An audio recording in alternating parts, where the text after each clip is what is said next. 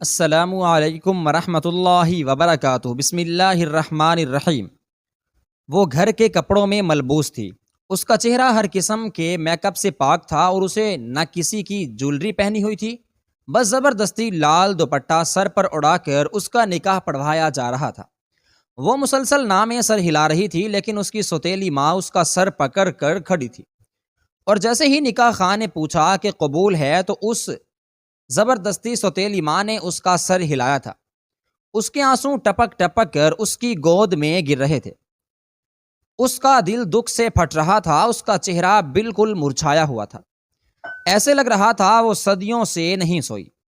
اس کا چہرہ بالکل زرد ہو چکا تھا، کیونکہ اس نے کئی دن سے کھانا پینا بند کر رکھا تھا تاکہ اس کے احتجاج پر اس کا باپ یہ رشتہ ختم کر دے، مگر اس کے باپ نے بھی اس کی ایک نہ سنی تھی، اور رہ رہ کر اس کو اپنی ماں یاد آ رہی تھی۔ آج اگر اس کی ماں زندہ ہوتی تو اس پر یہ ظلم نہ کیا جاتا۔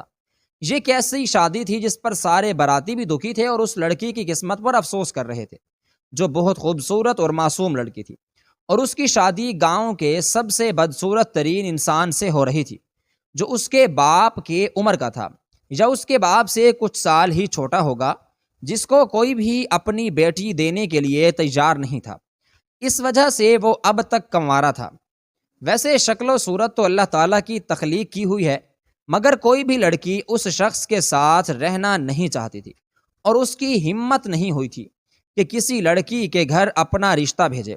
صرف شکل نہیں، مدثر کی جسامت بھی ایسی تھی کہ پھونک مارو تو اڑ جائے، لیکن مومل ایک بد نصیب تھی جس کی ماں فوت ہو چکی تھی، اور جس کی بڑی بہن کی شادی بھی عمر سے دگنے انسان سے کر دی گئی تھی۔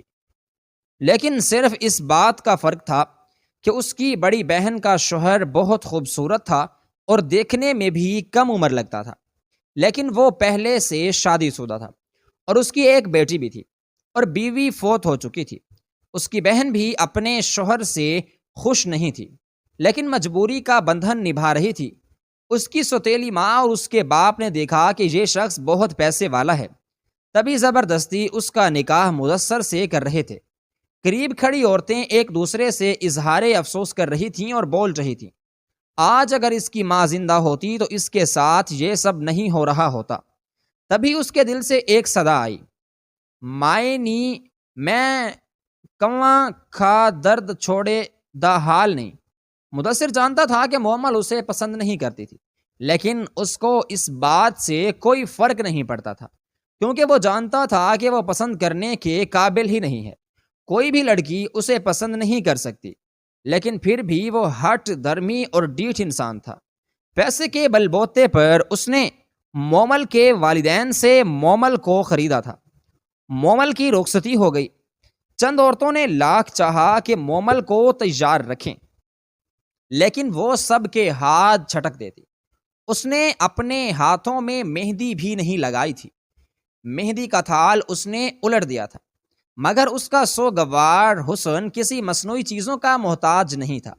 جب اسے مدثر کے کمرے میں بٹھایا گیا، مدثر اس کے سامنے بیٹھ گیا تو مومل بہت خوف زدہ تھی۔ ڈرتے ڈرتے اس نے آنکھیں اٹھائیں تو مدثر کا بھیانک چہرہ سامنے سے مزید بھیانک لگ رہا تھا۔ اسے اپنی آنکھیں میچ لیں۔ مدثر نہ جانے کیا کیا تحفے تحائف اس کے سامنے رکھ رہا تھا تاکہ وہ پیسہ دیکھ کر چپ کرے اور یہ مجبوری کا بندھن نبھائے۔ مومل کو اپنا دم گھٹتا ہوا محسوس ہو رہا تھا۔ اسے لگ رہا تھا اسے سانس نہیں آئے گی اور وہ مر جائے گی۔ اسے اس شخص کی قربت برداشت نہیں ہو رہی تھی۔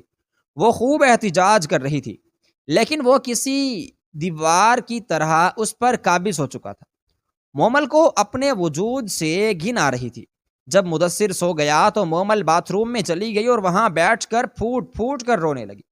اتنا روئی کہ اس کی ہچکیاں بند گئیں، اور وہ اپنے اللہ سے بھی شکایت کرنے لگی، کیا دنیا کا سب سے بدصورت شخص اسی کے لیے رکھا گیا تھا؟ کیا اس کے ساتھ یہ ظلم اسی لیے ہوا کیونکہ وہ بن ماں کی بچی تھی؟ کیونکہ سب کی آوازیں اس کی سماعتوں سے ٹکرا رہی تھیں کہ بن ماں کی بچی ہے، اس پر اتنا بڑا ظلم ہو رہا ہے۔ کیا اگر اس کی ماں زندہ ہوتی تو وہ اس شخص کے ساتھ اپنی بیٹی کو بیاہ دیتی؟ نہیں، ہرگز نہیں، وہ ایسا بالکل بھی نہیں کرتی۔ وہ آخری دم تک میرے لیے لڑتی، لیکن میری ماں زندہ ہوتی تو یہ نوبت ہی کیوں آتی۔ میری سوتیلی ماں جو کوئی اور نہیں میری سگی خالہ ہے، اور وہ بھی جیسے مجھ سے میری بہن سے اس دشمنی کا بدلہ لے رہی ہے جو اس کے ساتھ کیا گیا تھا۔ یعنی میری ماں کے مرنے کے بعد میری ماں کی سب سے چھوٹی بہن کی شادی میرے والد سے کر دی گئی تھی تاکہ وہ اپنی بہن کے بچوں کا خیال رکھ سکے۔ اگر دوسری ماں آئی تو وہ ان کے ساتھ اچھا سلوک نہیں کرے گی، لیکن سب اس کے برعکس ہوا۔ میری خالہ جو عمر میں چھوٹی تھی، جب ان کی شادی میرے والد سے ہوئی تو انہوں نے بھی اپنے دل میں بیر باندھ لیا، اسے ہم سے شدید نفرت ہو گئی۔ یہ ہماری وجہ سے اس کے ماں باپ نے اس کی زندگی داؤ پر لگا دی تھی اور کم عمری میں اس کی شادی ایک بوڑھے سے کر دی۔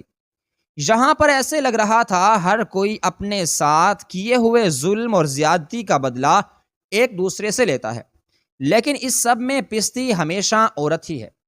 مومل کیا کرتی؟ وہ صبر شکر کر کے اس شخص کے ساتھ نہیں رہ سکتی تھی۔ وہ شخص اس کے لیے مہنگی سی مہنگی چیزیں لاتا تھا، لیکن مومن کو کوئی چیز بھاتی ہی نہیں تھی۔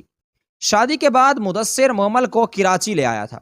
اب مومل واپس گاؤں گئی اپنے میکے تو اپنے باپ کے گھر نہیں گئی بلکہ نانا نانی کے گھر گئی۔ گاؤں کے سارے گھر ایک دوسرے سے ملے ہوئے ہی ہوتے ہیں۔ جب وہ اپنی نانی کے گھر گئی تو گاؤں کا ایک لڑکا روز نانی کا حال احوال پوچھنے آتا تھا۔ نانی سادہ عورت تھی، وہ گھنٹوں بیٹھ کے اس لڑکی سے باتیں کرتی رہتی تھی۔ وہ لڑکا اپنے ساتھ فروٹ وغیرہ لاتا تھا۔ نانی غریب تھی، چپ چاپ وہ کھاتی رہتی تھی اور اس لڑکے کو بہت مان دیتی تھی۔ پتہ نہیں نانی نہ سمجھتی یا جان بوجھ کر انجان بن رہی تھی کہ یہ لڑکا کس لیے آتا ہے اور یہ نوازشیں کیوں کرتا ہے، کیونکہ بوڑھی عورتیں تو زمانہ شناس ہوتی ہیں، انہوں نے ایک عمر گزاری ہوتی ہے اور وہ چہرہ دیکھ کر لوگوں کو پہچان جاتے ہیں۔ وہ لڑکا جس کا نام محب تھا، دراصل وہ مومل کے لیے ہی آتا تھا۔ وہ بہت خوبصورت تھا۔